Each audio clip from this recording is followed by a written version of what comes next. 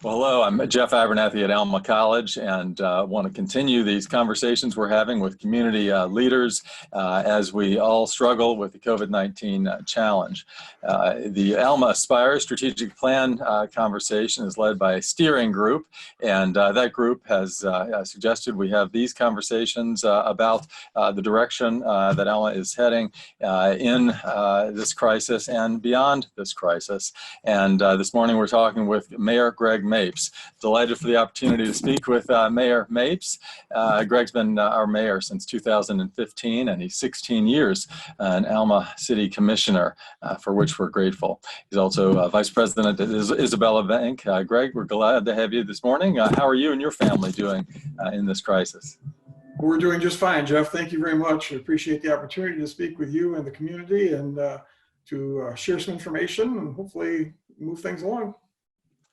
Well, we're grateful for your time, certainly at such a challenging moment. How has the city dealt with COVID-19? How is that work going?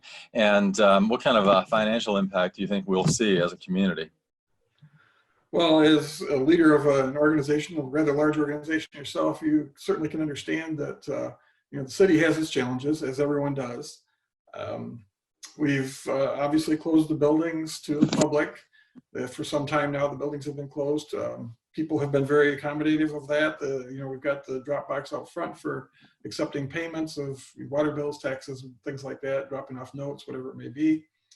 As well as electronic payments. We were fortunate, staff had just implemented a new electronic payment system.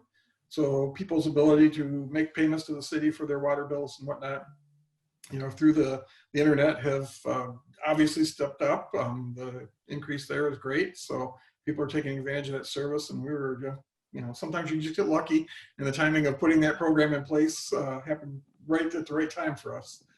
As far as the staff goes, we have moved a lot of people to working at home, as many organizations have. I'm sure your team's conducting a lot of classes remotely like that, and our teams have done the same thing. They've moved home, they're doing their functions. It's great to have the technology that you can do things from home. You can sit at home and do pretty much everything you can do at your desk. It's a great way to work, but you do lose some things in the interim. Certainly it costs a little bit extra to do that, to get the programs and the software, the hardware set up, and to allow the people the ability to do that, but it does keep everyone safe and limit the interactions, which is obviously what we're all trying to do right now to protect our healthcare system and not overwhelm it. That is the main focus at this point in time. So we're trying to do our part for that. As well as, we've modified workstations for those that do have to go into work into our buildings, and limiting the amount of time they can spend there. It's very especially coordinated on who can be in the building at certain times, because we don't want to get overwhelmed. We don't want to get a lot of people in the buildings. We don't have large buildings. Everybody's desks and whatnot are real close together. So if people do have to go into work, we want to make sure there's a few enough people in that building so that they're not close to each other. They're maintaining that social distancing that's so important today. Then again, there's crews that, from the city perspective, we have people working all across the city. We have a fair size footprint. So we've split the work crews, various work crews, into two groups in most cases, as much as we can at least, so that and then limit the interaction between the two as much as possible as well. So that, heaven forbid, somebody does happen to get ill, it won't infect an entire operation and totally limit our ability to continue operations for our citizens. So, as well as protecting the workers, primary focus is protecting the team, because we can't serve our people if we don't have a team.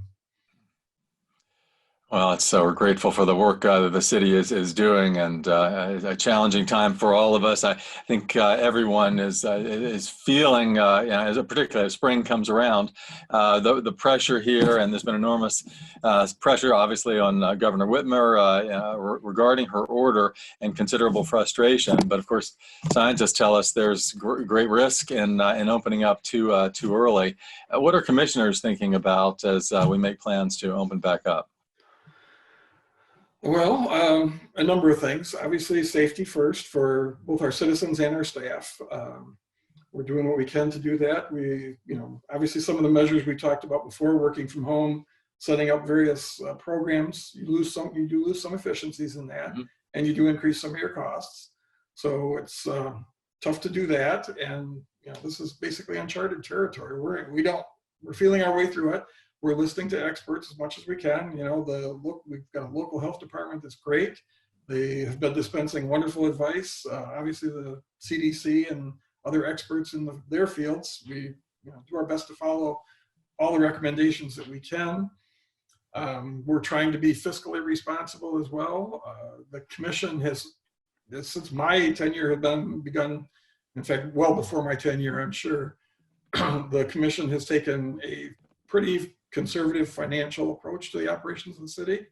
We tried to be very careful with the taxpayer dollars and get them, the best bang for their buck as we could. Excuse me. Oh, sorry. Not at all. We're unsure of where the future lies as far as the revenue sharing. It tends to be the state has solved a lot of their budget issues on the backs of the local municipalities by not sharing their funds as they had promised. But obviously that's out of our hands and we can't do anything about that. So we're not going to worry about that. We're going to go forward with what we have and what we can do. We certainly are concerned going forward with taxpayers' ability to pay their bills. If you're not working, if you don't have a job, it's pretty hard to make your bills and pay your bills, pay your mortgage, pay your taxes. So, keeping that in mind, on the short term, a lot of people have their tax payments in escrowed through their mortgage. So we don't anticipate an immediate impact from that. That's more maybe happen a year or two down the road if this thing happens to, go well beyond expectations today. Hopefully that doesn't come to that. But we try to plan for the worst case scenario and hope for the best. And that'll, that type of thinking and that type of planning has always gotten us through in the past. And I'm sure that's what we're going to continue to do going forward. Thanks, Greg. Our community has really come together, and we can all see that certainly in these weeks. What can citizens do to help our community recover in the days, months ahead?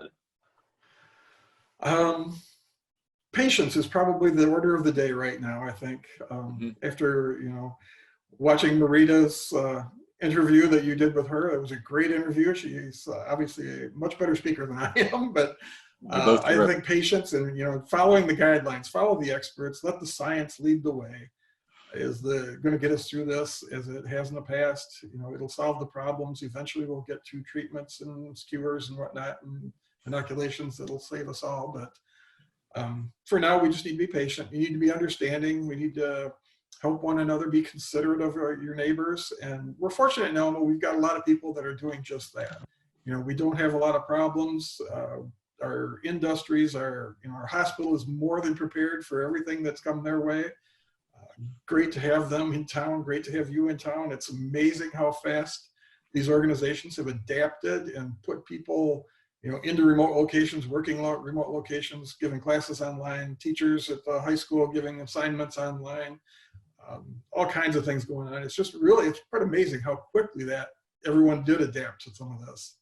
It's very impressive. And we've got a town that is, conforming to the rules. There's not a lot of rule breaking going on that we've seen. Everybody wants to do the right thing. Everybody wants to keep their neighbors safe, their families safe.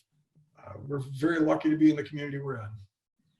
Oh, we certainly are that, and we've seen folks come together in so many ways. And right, to go to the Walmart, to go to the Meijer, you see folks in masks, taking care of those around them, of all in our community. It's really impressive. I suppose the thing we have to avoid now, to your point, is complacency. To continue to be patient in the face of this challenge, and work through it and give it time as we develop a vaccine. Yes, absolutely. We're fortunate. We've got a great team. We've got a great community. State-of-the-art facilities in so many ways, our hospital, the college, our manufacturing capabilities in town. There's some great jobs here, great people here. We've got a lot to look forward to. We certainly do. There's a lot of momentum in these last years, and certainly Mayor Mapes, you and the commission have helped to create that momentum by making a welcoming, friendly business environment in the downtown. Seeing lots of new businesses coming in there. How do we get that momentum going again once we come through this crisis?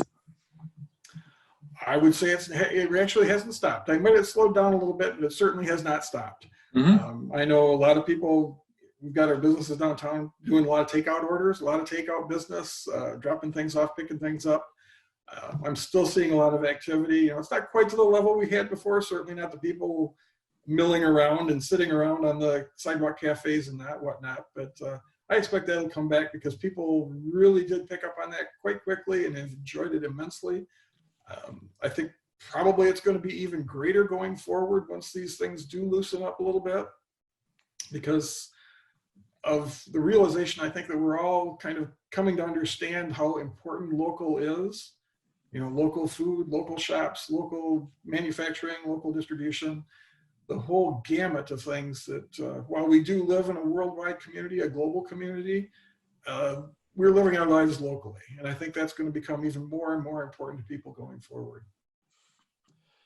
You and your family, Greg, have been a part of the Alma community for a long, long time, for generations, and a part of the downtown specifically. Has our community ever encountered anything like this? And when was the last time we had to face this kind of a crisis? Well, certainly not in my lifetime, Right. but I'm sure, you know, the times during the Depression, there were a number of things. If you read the history books, well, Alma was kind of spared a lot of the Depression or the ill effects of the Depression, you know, primarily because of the oil industry. You know, at the time, it just happened to coincide, luckily for Alma, fortunately for Alma, with that oil was fairly plentiful. The refineries were coming into play. There was a number of refineries and whatnot. And so some of those things helped to mitigate the negative impacts that some of the larger cities were seeing during the Depression. And just the same as it right now during this, it's not a depression, or I guess I'm not sure we've named it yet, but during this event, we've got institutions again that are going to mitigate the impact of the worldwide event from collapsing our community or from greatly damaging our community. You know, institutions such as the hospital and yourself at the college, you know, the world-class manufacturing going out at the Avalon Pontoon and Merrill Fab and all the little machine shops around Gratiot County, the library we've got, the resources are just immense around here. And I think it's a great time for us all to take stock of what our community does have to offer. There are a number of good things. There's a lot of good first-class jobs, and you can live in our community. The housing is relatively inexpensive. The commute to work is short, and if you have to stop at the red light, it's going to be tough, but it's much different than, I'm sure you have friends, as do many of us, that, you know, drive a 15-minute commute that's an hour and a half. We just don't have that here. You know, you can actually commute probably to Lansing quicker than some people can commute down I-75 15 miles. If that's so, you know, if your profession dictates that, and still live here and have a great place to live and to raise a family. So we are blessed in the Alma community, certainly, and see evidence of that, all over, even in this this crisis. You've been a driver of this strategic planning effort that we've been developing. It's Alma Aspires, as we call it. Can you talk about the importance of that planning and that work, especially now, given these challenges? Yeah, it's very interesting. You know, we talked about some timing on some other issues in the past, and once again, timing comes into play. You know, sometimes you just get lucky. You're in the right place doing the right things at the right time, and your leadership in driving that Alma Aspires program, to putting all those people in the room together when we did, you know, before this struck, and bringing all those ideas and the projects and the opportunities forward and bringing them to the top and getting some documentation for it, getting people excited about it. That excitement continues. Even now, we're seeing people continuing with the planning for those events, for those projects, and you know, they're looking forward to the time when these restrictions are lifted and they can get back in their, you know, face-to-face meetings and our group restaurant get-togethers and whatnot. But I think people are going to be more than ready to pick up the gauntlet once again and run with those programs. There's talk of some sort of a big celebration coming to our community as soon as we can, or as soon as it's safe to come together and bring everybody on the streets. And we're just going to have a big old party to celebrate the release of being in captivity, and we'll go forward from that. So I know I'm looking forward to that. My family's excited, and there's going to be great things coming. I think the momentum is going to be even stronger than before. Well, it's all of us are looking forward to that day when we can, celebrate a return to normalcy, albeit perhaps a changed normalcy, certainly. But that planning effort and the focus on continuing that momentum, building it, driving investment in the downtown, it's so exciting to see, and look forward to getting those groups moving again. I think some of them are meeting virtually to ensure that we're making progress toward our strategic plan goals. We will include a link to the Alma Aspires documentation and website at the end of this video, so that those listening can take a look at that and be involved in that important work. Well, Mayor Greg Mapes, I'm so grateful for your time, for all that you are doing. Our best wishes to you and the City Commission at this difficult time, and of course to all in our community and communities everywhere. Thanks, Greg, for your time. Thank you, Jeff. Appreciate your leadership, and appreciate everything everybody in the community has done to keep your neighbors safe and yourself safe, and we'll all get through this together. So thank you very much. Be safe and take good care.